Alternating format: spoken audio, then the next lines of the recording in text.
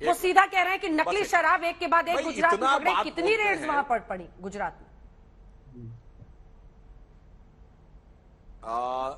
अरे भाई, इनका तो आरोपी खुद ही बोल चुका स्टिंग ऑपरेशन में कि यही सबसे ज्यादा शराब यहां झारम झार कैसे बिक रही थी, और पंजाब ही में नहीं, अनेक राज्यों में, इवन गुजरात में भी यहीं से स्मगल होकर जा रही थी।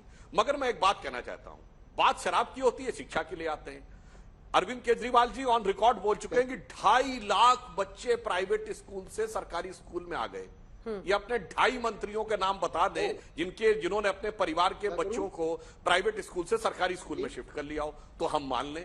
इतना ढिढोरा पीट रहे हैं। न्यूयॉर्क टाइम्स में ऐसी खबर छपती है, वही खलीज टाइम्स में छप जाती है। दिलीप जी, है कोई मंत्री ऐसा जिसके न्यूयॉर्क टाइम्स में, और सरकारी स्कूल में पढ़ते हो? न्यूयॉर्क टाइम्स में खबर छपवाना इतना आसान पढ़ने लायक उम्र के होंगे तब ना, इनको प्रमाण देने के लिए मतलब बच्चे कहाँ से लाके पढ़ाए जाए? मतलब अरविंद जी का बच्चा जो है वो IIT में पढ़ता है तो कहाँ जाए? परिवार के बच्चे, मतलब ग्रैंड चिल्ड्रन भी तो हो सकते हैं। सिर पैर की मतलब सुधांशु जी, कहाँ आप कैसी बातें कर रहे हैं? मतलब बचकानी बातें कर रहे हैं।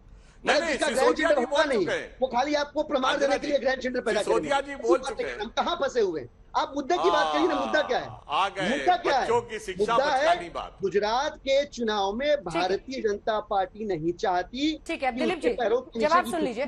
जमीन को और तेजी से मनीष सिसोदिया जी खींचे, उनको जाने से रोकना एकमात्र लक्ष्य है। ठीक है, मुद्दे पे नहीं आ रहा, मुद्दे पे आके बात करिए। भाई अगर भ्रष्टाचार मुद्दा है, MCD पे कार्रवाई क्यों नहीं हो रही है? भ्रष्टाचार मुद्दा है तो 10,000 करोड़ रुपए की जो इलीगल वहां पे लीगल बेची जा रही है, उस पर कितनी CBI की रेड हुई, कौन पकड़ा गया? 21,000 करोड़ रुपए की। इसका जवाब दीजिए सुधांशु जी। इसके जवाब क्यों नहीं दे रहे हैं आप? एक बात किसको डिफ्लेक्ट क्यों कर रहे हैं वो भी समझ में नहीं आ रहा। बस एक लाइन सीरियसली बता दीजिए। मैं भी तो पूछ, जैसे आप पूछ रहे हैं वैसे मैं भी पूछ रहा हूँ। मैंने आपके सवाल का जवाब दिया, आप मेरे सवाल का जवाब दे दीजिए। हाँ, मैं जवाब दे रहा हूं। देखिए, जब बोतल की बात आए तो बच्चों की शिक्षा की बात, जब बच्चों की शिक्षा में बच्चों के ट्रांसफर की बात पूछी जाए तो बचकानी बात। ये दिखाई पड़ रहा है कहां से कहां बदलते जा रहे हो।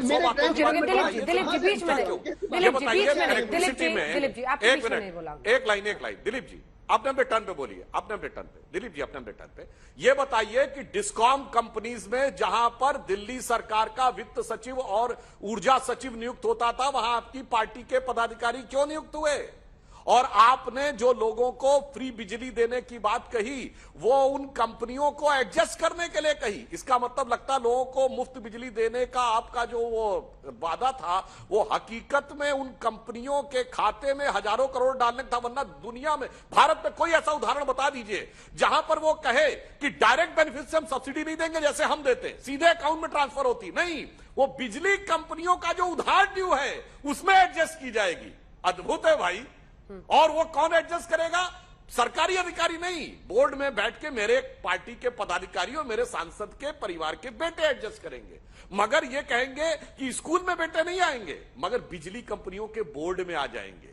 और उसके बाद कहेंगे हम कट्टर ईमानदार हैं। मान्यवर, अब आज के जमाने में जनता बहुत प्रबुद्ध है और वो सारा का सारा मुख और मुखौटा दोनों का अंतर समझती है। अब ये आप दोनों के बीच में ही मैच बन के रह जाएगा तो दुबे जी और बृजमोहन जी बोल ही नहीं पाएंगे। लेकिन ठीक है पांडे साहब, आप पर सीधा अटैक है तो जवाब दीजिए। वो कह रहे हैं कट्टर ईमानदार वाला मुखौटा उतार दीजिए जनता के।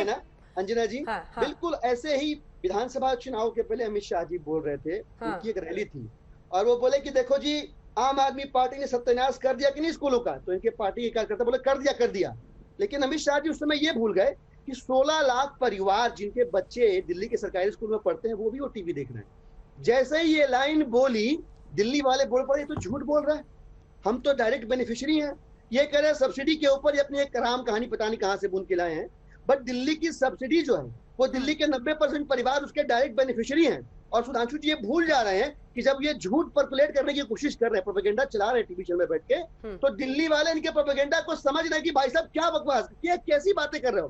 हम सीधे हमको 200 यूनिट का या 400 यूनिट का फायदा हमको मिल रहा है। हम समझते हैं, हम जानते हैं कि आम आदमी पार्टी के होने से महंगाई जहाँ कमर तोड़ रही थी वहां ये सच्चाई है कि उनके चुनावों में वापसी हुई, बचा रही है। वो जीत कर भाजपा जो है कम्युनिकेशन के इस एस्पेक्ट को आप लोग भी हमेशा इलेक्शन और इलेक्शन के रिजल्ट्स को कोट करते हैं ना, तो वो भी इलेक्शन के रिजल्ट्स को कोट कर रहे हैं आपके आरोपों पर। शुभांकर को दिखाइएगा जो माहौल सुबह से बनाया गया है कि मनीष सिसोदिया को अरेस्ट किया जाएगा, उस पर अपडेट लेंगे। 6 घंटे से पूछताछ हो रही है। जल्दी से सुधांशु उसका भी बता देता हूं। एक लाइन में वही बोल देता हूं। मान्यवर, जो आपने कहा हमने पता नहीं कहां से सब्सिडी ले आई, ऐसा नहीं था साहब। डिस्कॉम के ऊपर जो चिट्ठी लिखी गई है डिपार्टमेंट के द्वारा, चीफ सेक्रेटरी के द्वारा, ये उसका सेंटेंस मैंने बोला है। ये हम हवा में लेके नहीं आए हैं जो आप कहने का प्रयास कर रहे हैं। और जो आप ये कहने की कोशिश करते हैं कि चुनाव से डर रहे हैं, जनाब आपका जो चुनाव चिन्ह झाड़ू है ना, वो आप पे एक मामले में बड़ा मुफीद है। जहां आप कांग्रेस से लड़ते हैं वहां आपके ऊपर झाड़ू फेर देते हैं। आपने दिल्ली में लड़े, कांग्रेस पे झाड़ू फेर दिया, सत्ता से बाहर कर दिया, पंजाब में कर दिया।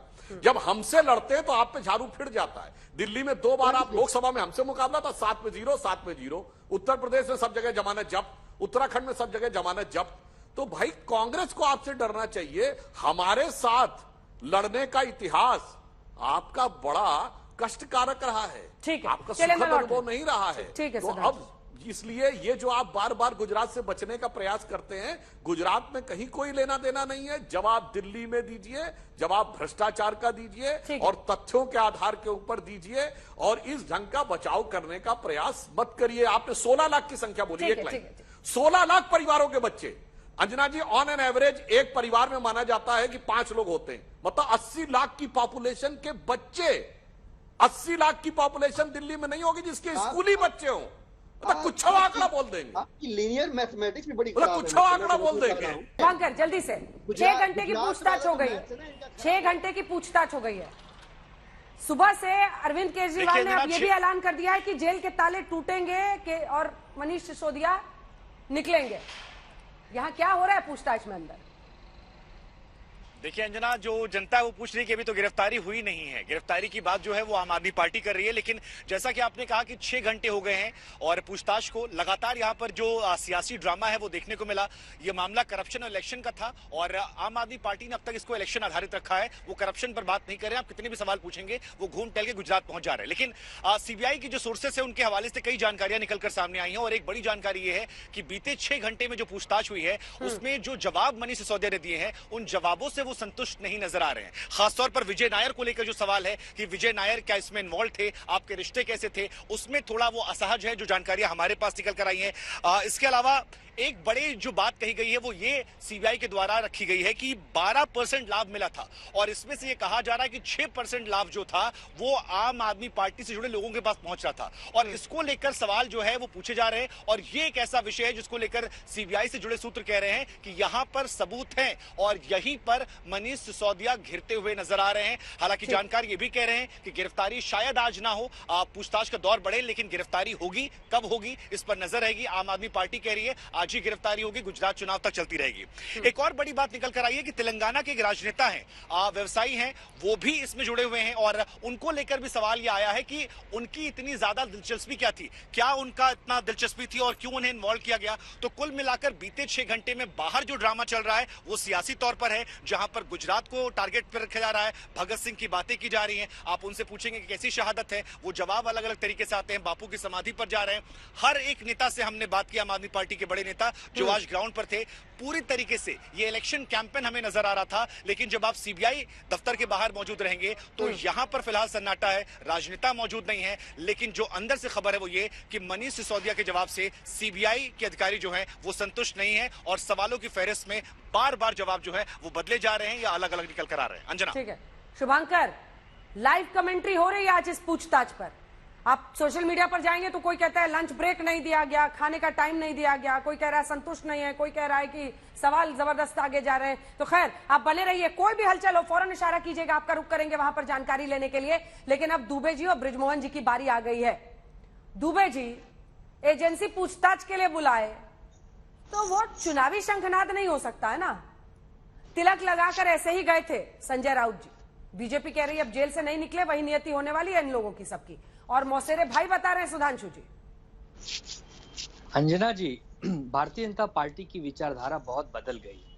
हमेशा कहते थे कि आपातकाल जो है वो काला दिन है। हाँ। एक होता है घोषित आपातकाल, एक होता है अघोषित आपातकाल। घोषित आपातकाल में सबको रातों रात जेल में बंद कर दिया गया अपने विरोधी समझकर, और अघोषित आपातकाल जो आज के युग में 2022 में चल रहा है कि पहचान लो कौन आपका विरोधी है, किससे आपको खतरा है, किससे आपको डर है, उसको चिन्हित करके उसे किसी न किसी केस में दबोचकर अंदर डाल दो ताकि वो आपका विरोध न कर सके। एक नाम हो सकता है मनीष सिसोदिया जी का, लेकिन ऐसे बहुत सारे नाम हैं शायद ही कोई राज्य बचा होगा जहां संजय राउत जी और मनीष सिसोदिया जी नाम के नेता इस समय परेशानी का सामना न कर रहे हैं। लेकिन कोई बात नहीं, अभी आपने बहुत अच्छा प्रश्न किया कि भाई इसे राजनीति से क्यों न जोड़ें। जब गुजरात में चुनाव का प्रचार चल रहा है और भारतीय जनता पार्टी के समकक्ष आम आदमी पार्टी भी अपने प्रचार को कर रही है, उसी तुलना उसी हाव भाव में वो भी अपना काम कर रही है, तो भारतीय जनता पार्टी को डर और भय होना स्वाभाविक सी बात है। लेकिन टाइमिंग इनकी होती है क्या कि संजय राउत जब बोलना शुरू करते थे तो इनको बहुत परेशानी का सामना करना पड़ता था, तो संजय राउत को कैसे भी अंदर डाल दो। नवाब मलिक जब बोलते थे तो नवाब मलिक से परेशानी, उन्हें अंदर डाल दो। मनीष सिसोदिया, अरविंद केजरीवाल, ऐसे सैकड़ों उदाहरण है देश में अंजना जी, जो इस समय भारतीय जनता पार्टी की आंखों की किरकिरियां बनी हुई हैं। तो एजेंसियां जो है वो पकड़ लें, वो 2-4-6 महीने जेल में भी डाल दें और उसके बाद यदि व्यक्ति निर्दोष छूटता है तो उसका जवाबदेही कौन? आप पकड़ के किसी को कोर्ट ले जा सकते हैं, उसे जेल में डाल सकते हैं, लेकिन फैसला जब भी उसके दोषी और निर्दोषी का होगा तब तो वो बरी होकर आएगा ही ना।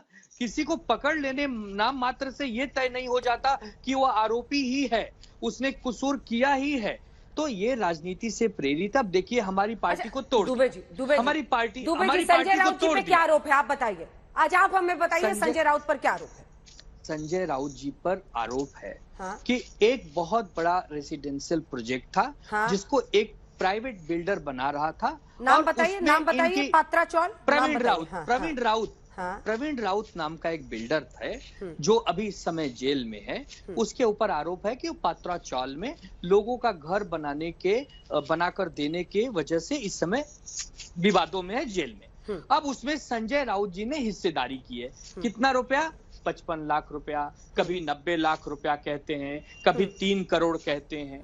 तो अब जब आपने मामला समझा ही दिया है तो इसमें जांच होनी चाहिए, नहीं होनी चाहिए, या आनंद दुबे जी टीवी पे बैठ के तय कर देंगे संजय राउत पर सारे आरोप सियासी हैं? जांच होनी चाहिए, लेकिन सबकी होनी चाहिए ना, सबकी होनी चाहिए ना। आपकी दिक्कत ये है कि बीजेपी वालों की नहीं हो रही। बीजेपी की भी होनी चाहिए, कांग्रेस की भी होनी चाहिए, आम आदमी पार्टी की भी होनी चाहिए। जब यदि एक ही सुधांशु जी की पार्टी में एक वॉशिंग मशीन आ गया है, कोई पता ही नहीं चल पा रहा कौन सा वॉशिंग मशीन है। हमारी महाराष्ट्र में 55 से ज्यादा ऐसे नेता हैं जो भारतीय जनता पार्टी से अलग अलग दलों से भारतीय जनता पार्टी में आए हैं और उनकी कोई जांच नहीं हो रही है, उनकी कोई जांच नहीं हो रही। लेकिन जांच तो राउत साहब की होगी ना, होनी चाहिए ना भाई।